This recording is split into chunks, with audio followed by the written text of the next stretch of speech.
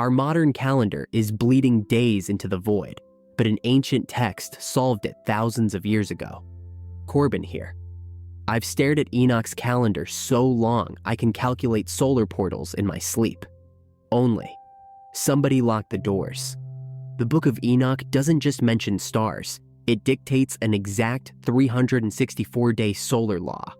Ignore this alignment, and every sacred festival slips into seasonal chaos. So why was this precise cosmic clock stripped from the canon and buried for centuries? In 1947, a shepherd boy hurled a rock into a cave near the Dead Sea.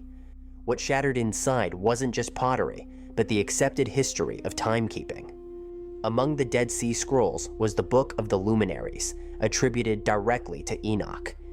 It contained detailed astronomical tables that directly contradicted early religious authorities. The early church councils quietly erased these chapters during canonical curation. They claimed the text was apocalyptic fantasy, far too complex for ordinary believers. If you want to unravel these suppressed texts, subscribe to the channel right now. Because what Enoch documented wasn't myth, it was a rigid mathematical formula for the sun. The centerpiece of Enoch's system is a year of exactly 364 days.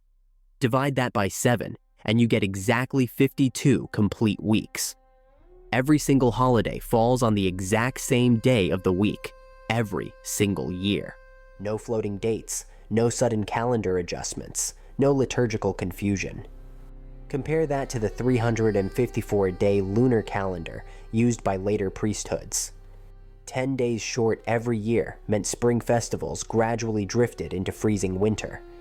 To fix lunar drift, authorities had to manually insert extra leap months on a whim. Enoch called lunar tracking inherently flawed and humanly corruptible. The solar year was fixed by divine decree, uncorruptible by temple politics. Enoch didn't claim he invented this math. He said an angel showed him. The Archangel Uriel took Enoch to the edge of heaven to witness the mechanics of light. Uriel showed him 6 eastern portals where the sun rises, and 6 western portals where it sets. The sun steps through these portals in a strict, unyielding annual order. Stars don't float randomly. They are guided along designated tracks by celestial leaders. Hit that like button if you find ancient sky mechanics fascinating. Every single star is named, counted, and held accountable for its precise timing. If a star rises late, the text implies cosmic disorder and spiritual rebellion. This was not stargazing. It was a military roster of the cosmos. And the key to the whole machinery was the spring equinox. The astronomical year begins when the sun enters the 4th eastern portal. This marks the exact day of the vernal equinox. On this day, the light and darkness are divided into 9 equal parts each. For 30 days, the sun rises from this central gateway, maintaining perfect equilibrium. Then, it shifts into the 5th portal, and daylight begins to overtake the night. By the end of the 2nd month, the day is 10 parts light to 8 parts night. Notice how Enoch uses ratios rather than modern clock hours. It measures the expansion and contraction of daylight as an organic pulse. A pulse that reaches its absolute peak during summer. When the sun hits the 6th portal, it arrives at the summer solstice. Here, daylight expands to twice the length of the night, 12 parts light to 6 parts night. This is the absolute maximum limit of the sun's northern journey. From this point, it has no choice but to turn back toward the south. The text describes this turn not as random, but as an invisible boundary wall. The sun cannot cross past the 6th gate. The law forces it to reverse course. If you're enjoying this deep dive into lost texts, consider subscribing to the channel. The sun retraces its steps back through the 5th and 4th portals into autumn. Each gate step is mathematically identical in duration and ratio shift. It is a closed, perfectly symmetrical loop of light. Then Enoch turns his attention to the moon, and his tone completely changes. He describes the moon as a secondary reflector, borrowing its light entirely from the sun. While the sun follows a rigid path, the moon's monthly cycle fluctuates endlessly. It completes its course in 29 or 30 days, creating an erratic yearly total. Enoch explicitly warns that relying on the moon causes human memory to falter. Years calculated by the moon fall short by 5 days every single cycle. Over 3 years, that's 30 days of error, an entire missing month. If you ever wondered why calendar drift happened, comment drift below. Priests who followed lunar cycles had to guess when to add leap months to fix the drift. That meant human beings were deciding when God's holy days occurred. To Enoch, handing calendar authority to humans was the ultimate blasphemy. So how does 364 fit into 12 months? The secret lies in 4 forgotten days. Each of the 4 seasons has exactly 91 days, 13 complete weeks. 12 standard months of 30 days yield 360 days total. The remaining 4 days are inserted between the seasons as portal transitions. These intercalary days belong to no month. They are bridge days between seasonal shifts. Enoch notes that men often forget to count these 4 extra days. When people omit them, their solar math breaks, and they accuse the sky of lying. Each of these 4 days is guarded by a specific angel appointed to lead the season. They ensure the sun enters the exact portal at the exact hour ordained. Without these 4 keys, the entire celestial vault falls out of sync. To keep this solar clock from drifting, Enoch reveals 4 chief leaders who govern the seasonal shifts. These 4 leaders enter first and never separate from their assigned places in the heavenly order. The first is Melchiel, ruling the rising heat of spring when day and night lock into balance.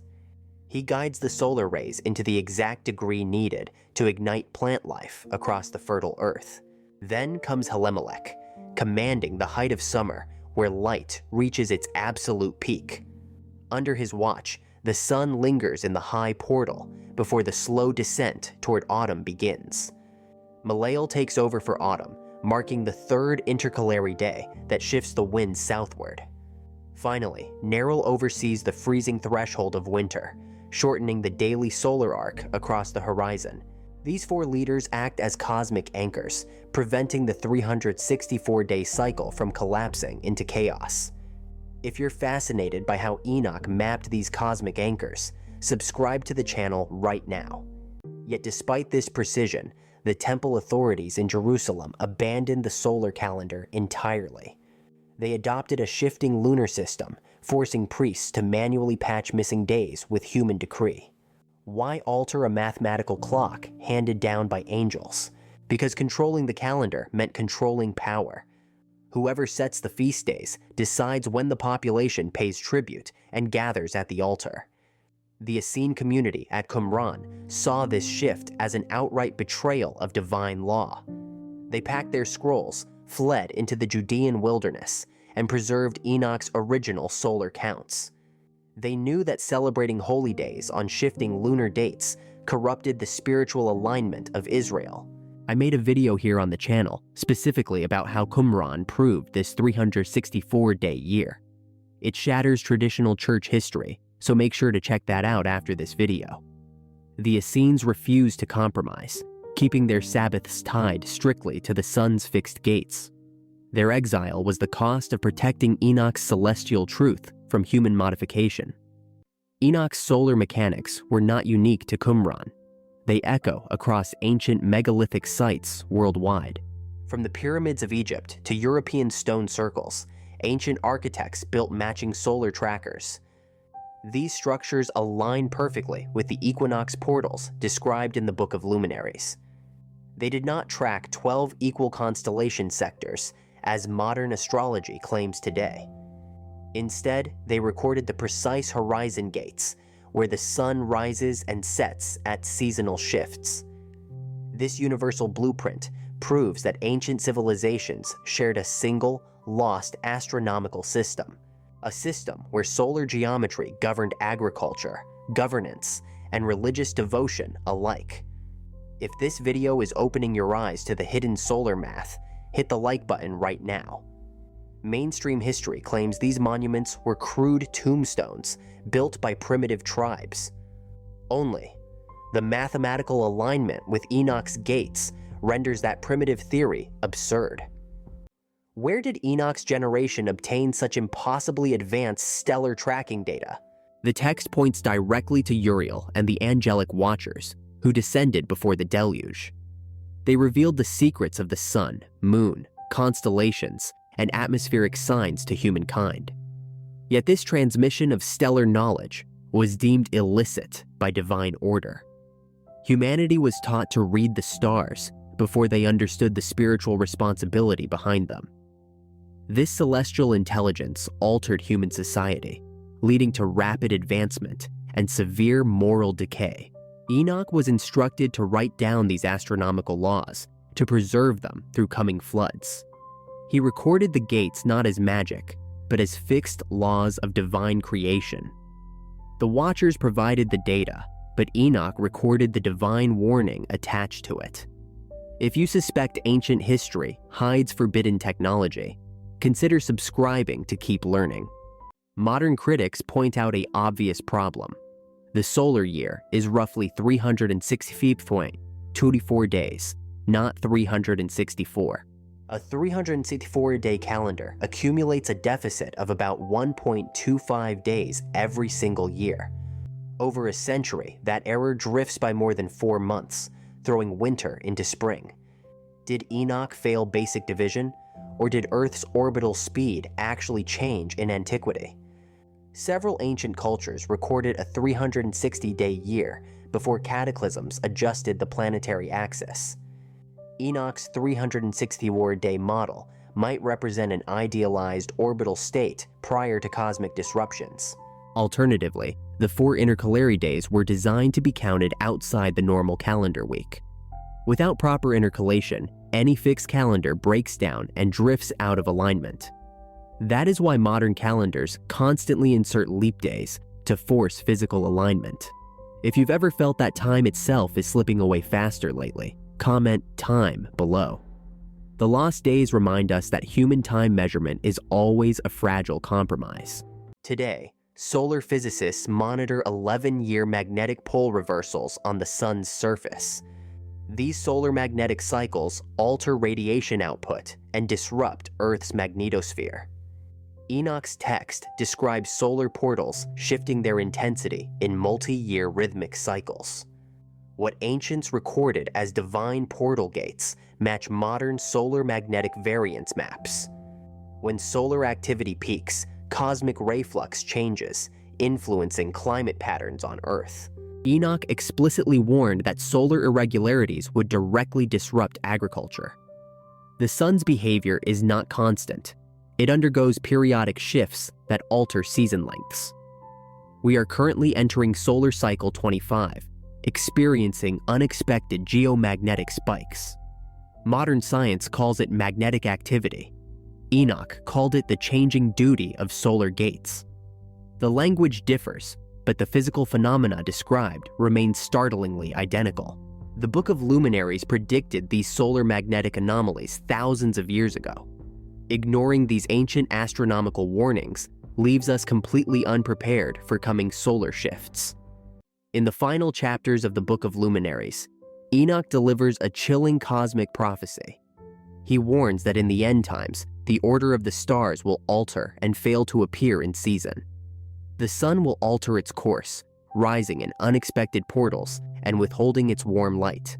Rain will be withheld, crops will fail to mature, and seasons will bleed into one another. The moon will change her laws and refuse to appear at her appointed night hours. Humanity will miscalculate the years, mistaking signs and worshiping the celestial bodies incorrectly. This prophecy frames time corruption not as an administrative error, but as a harbinger of apocalypse. When the celestial clock falls out of balance, Earth's ecosystems inevitably follow. The solar calendar was meant to protect humanity from losing touch with cosmic reality. Altering that calendar severed our connection to the divine natural order. Now, we witness the preliminary signs of solar volatility that Enoch foretold millennia ago. The question is whether we will recognize the signs before the portals shift for the last time. If Enoch's solar calendar was mathematically flawless, why was it intentionally buried beneath centuries of lunar traditions? The answer lies in who controlled the temple gates and the precise schedule of public tribute. A fixed 364-day cycle meant holy days occurred on the exact same day of the week every single year. Religious authorities couldn't manipulate feast dates or alter tax collections when the sky belonged to an unchangeable mathematical grid. Switching to the unpredictable moon gave human leaders the power to declare intercalary months at will. Control the calendar, and you control the population's entire economic and spiritual life. Subscribe to the channel right now if you want to uncover more suppressed ancient records that history tried to hide. By removing Enoch's Book of Luminaries, they severed humanity's direct link to cosmic solar order. The 4 seasonal intercalary days were forgotten, creating a gradual drift that disconnected man from nature's rhythm. Yet the Dead Sea Scrolls preserved this exact blueprint, unbroken inside dark limestone caves for 2,000 years. If you've noticed how artificial modern time tracking feels, comment time below to join the discussion.